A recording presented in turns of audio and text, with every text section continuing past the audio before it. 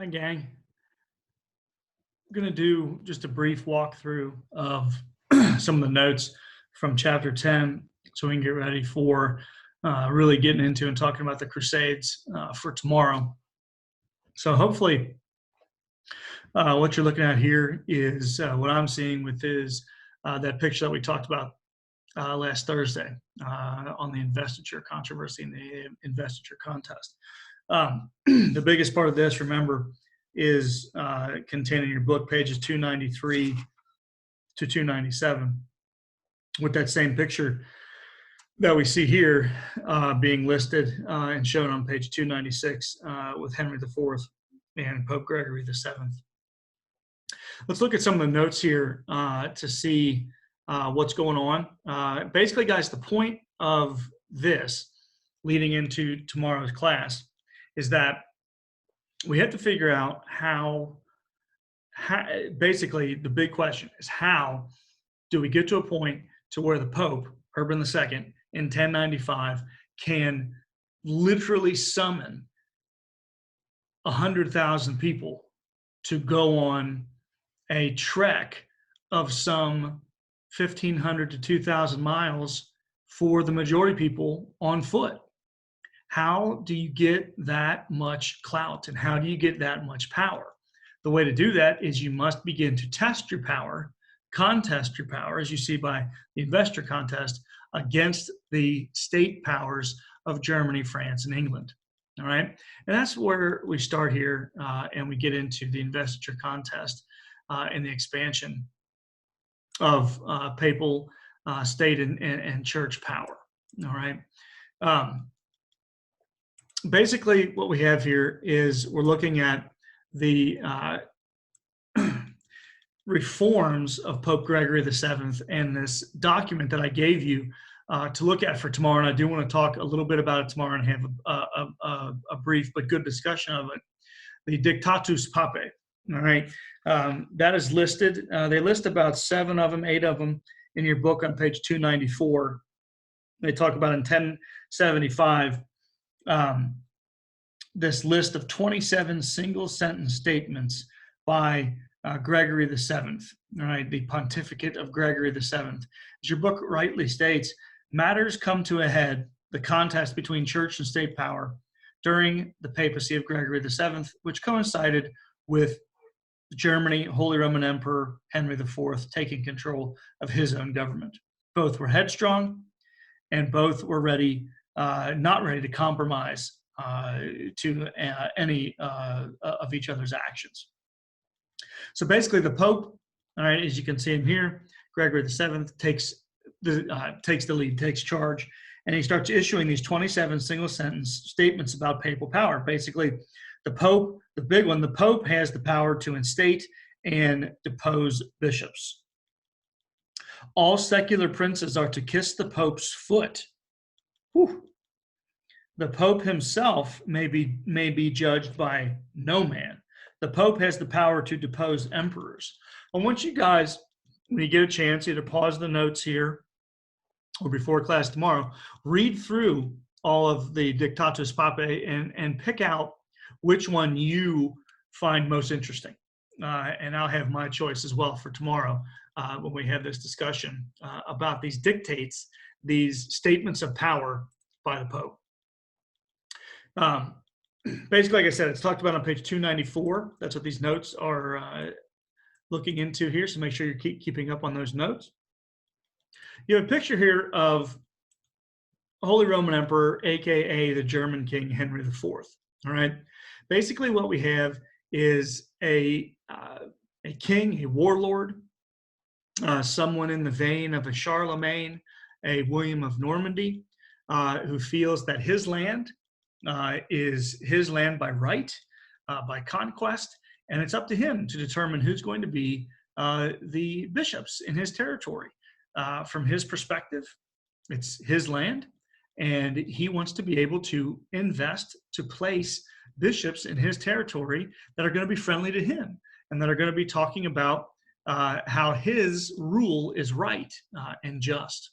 And he's afraid that if the Pope is able to place bishops in his territory, as any other king is afraid of this. The King of France, certainly the descendants of William of Normandy in England, everyone's a little bit afraid that what happens if you get a pope in here that is placing bishops that speak contrary to state law, that speak in opposition to maybe something that the king has to put forth. All right, these contests between state and church and local power were nothing new in the Middle Ages.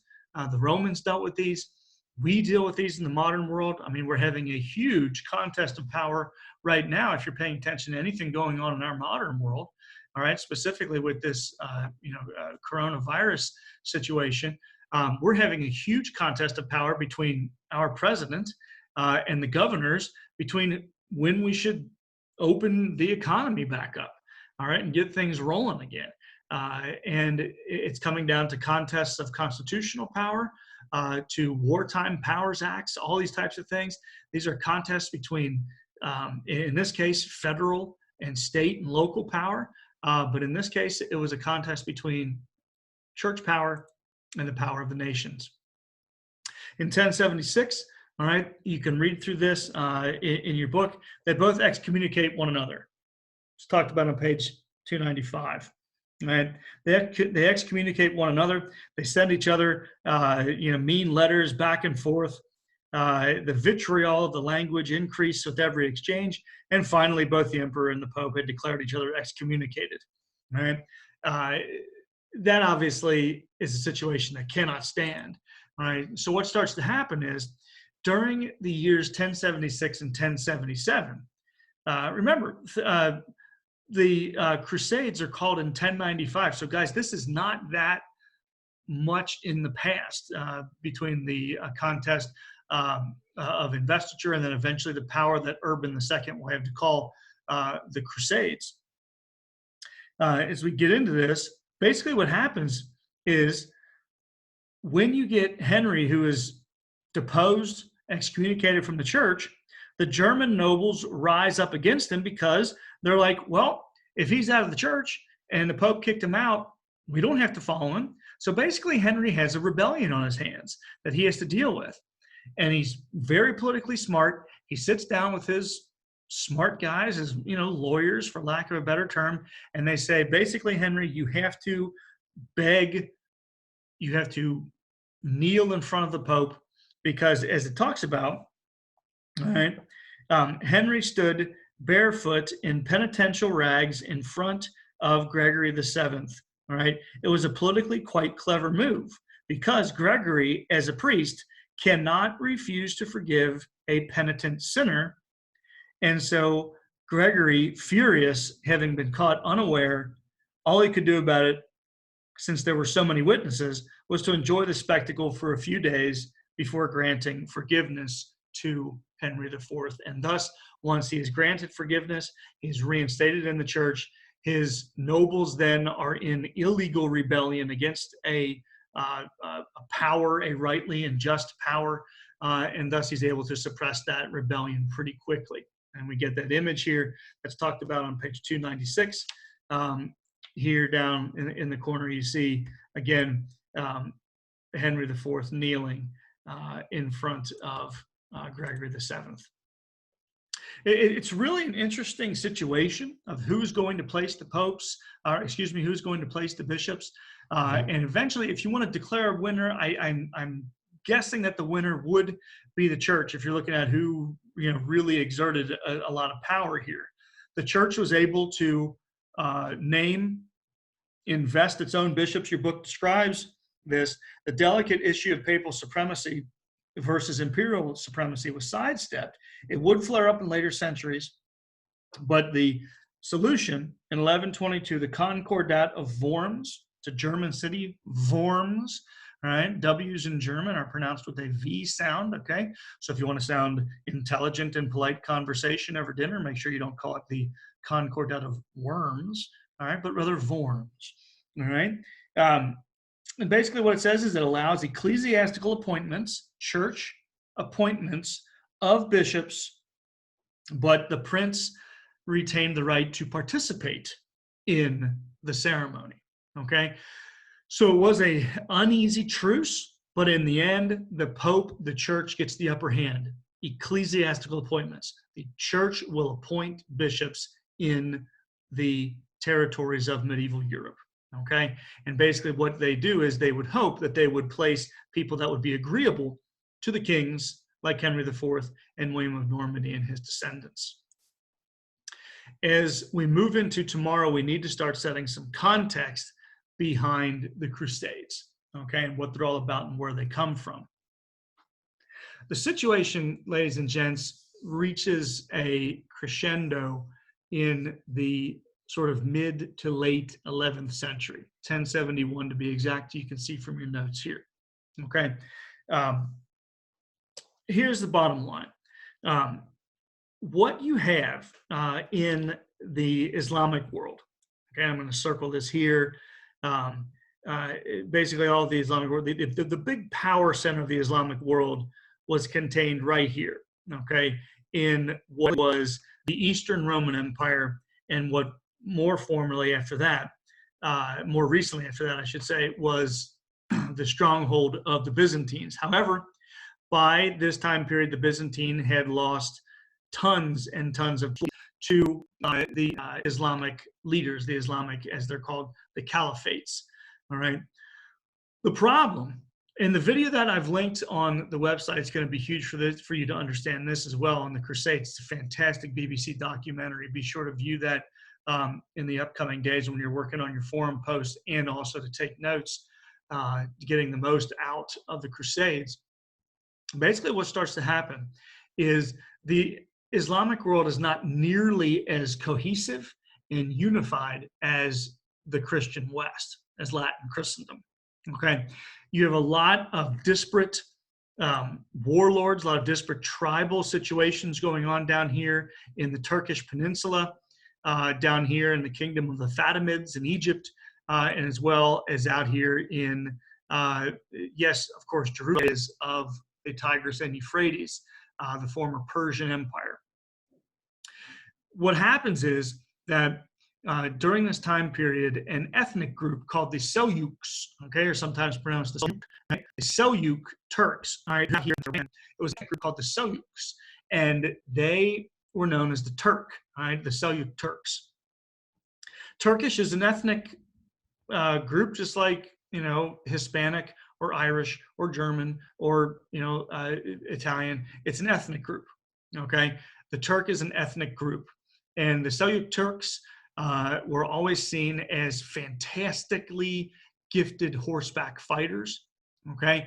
They could hit, run, attack, hide, blitz attack, you name it. They were the best of the best. So what happens is as the Islamic powers advance in consolidation of this region, they become the Seljuk Turks at the advance guard at the front, the vanguard of their military force. They were the best, without a doubt.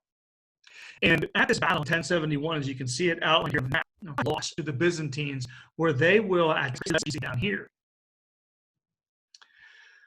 they will lose this battle. The Byzantines will lose this battle. They'll get routed. They'll get crushed by the Turks at Manzikert. And when this starts to happen, okay, a little bit later, Alexius Comnenus is his full name, but Alexius begins to realize, I'm going to be overrun. Our entire city of Constantinople, we're going to lose everything. All right, Constantinople was the last, the best, the biggest, the brightest, the only thing left of the former Great Byzantine Empire. And Constantinople, that was going to be it. So he began to realize, I better figure out how to bulwark, to stop, and maybe even eventually take back some of this lost territory that had been taken. Now, again, that ethnic, certainly this ethnic group, the Turks, obviously still there and in power, okay? But the point is that Alexius, the emperor of the Byzantines, wanted this territory back, and he realized that he had to make an appeal, a call to the West. What he wanted was the Christian knights of the West. What he wanted was the best of the best, all right? He makes a plea to Urban II, says, Urban II, send me your best warriors. And he knew that back in the territories of Germany, aka Holy Roman Empire, France, and England, that basically all of the land, or much of the land, had been parceled out. It had been fiefed out. It had been divided up. There was not a lot of land left to be gained. And so there was a lot of infighting. There was a lot of terrifying battles between knights from all echelons, lower to higher. And Christianity, essentially Latin Christendom, was being besieged by infighting for these fiefdoms. The Pope was looking for an outlet. Alexius gave the Pope that outlet. All right, and the BBC video talks a lot about this, and it's a big point that you guys need to pick up on, is the fact that the Pope calls for crusade for a bunch of different reasons, but one of the main reasons why he does call for crusade is to basically get these Christian knights who are fighting amongst each other the heck out of Europe and fighting essentially for the recovery of lost territory. Make sure we get that. Make sure you pick up on that from the video, because that's a big point. All right. Basically, for tomorrow, I want you guys to come and talk about a few things for class. First, what are the Crusades? What are some W's involved within the Crusades? Why did they occur? All right. What are the big reasons why you think they occurred? And what are some of the W's that we can put behind the wall? Certainly, papal influence is going to be. Here's one of the big ones I want you guys to focus on when you're getting into your forum posts for this week and for our discussion tomorrow and Thursday. I cannot, and it cannot be overemphasized, how piously, fervently religious the population was. And they do a great job in the video. Hopefully we can view a little bit of that, picking up on how pious, how much this population truly did believe that it was going to be us or them. It was a battle between not just religions, but between the forces of heaven and the forces of hell for the future of the world as they knew it. Certainly, a desire for fiefs and a desire for land is a huge, huge aspect of it. You're going to see all kinds of names. This is why a big source that I want you to have a handle on for tomorrow and bring it to look at is page 141 of the Omnibus, where it begins to talk about, and it lists the chronology of the Crusades, but it also talks about all the guys involved in that first crusade. Godfrey of Bouillon, all right, Raymond of Toulouse, all right, Bohemond of Toronto, all these cool names. You'll learn more about them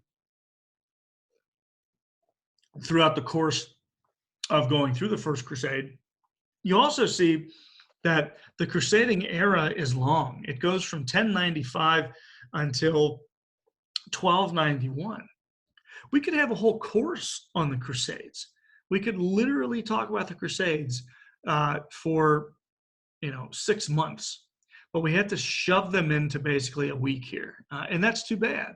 And thus the reason is we can only really go over the whys, what happened, what are the causes behind it, and then we go over the first crusade, and then we got to kind of get in and get out. Okay, so don't worry too much about the second crusade, the third crusade, the fourth crusade, this crusade, that crusade. We'll talk a little bit about them as we progress our course forward.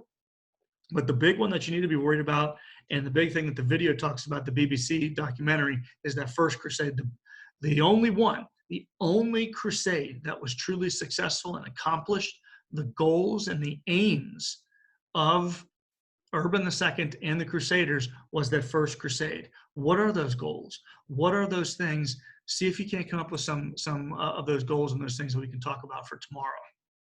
All right.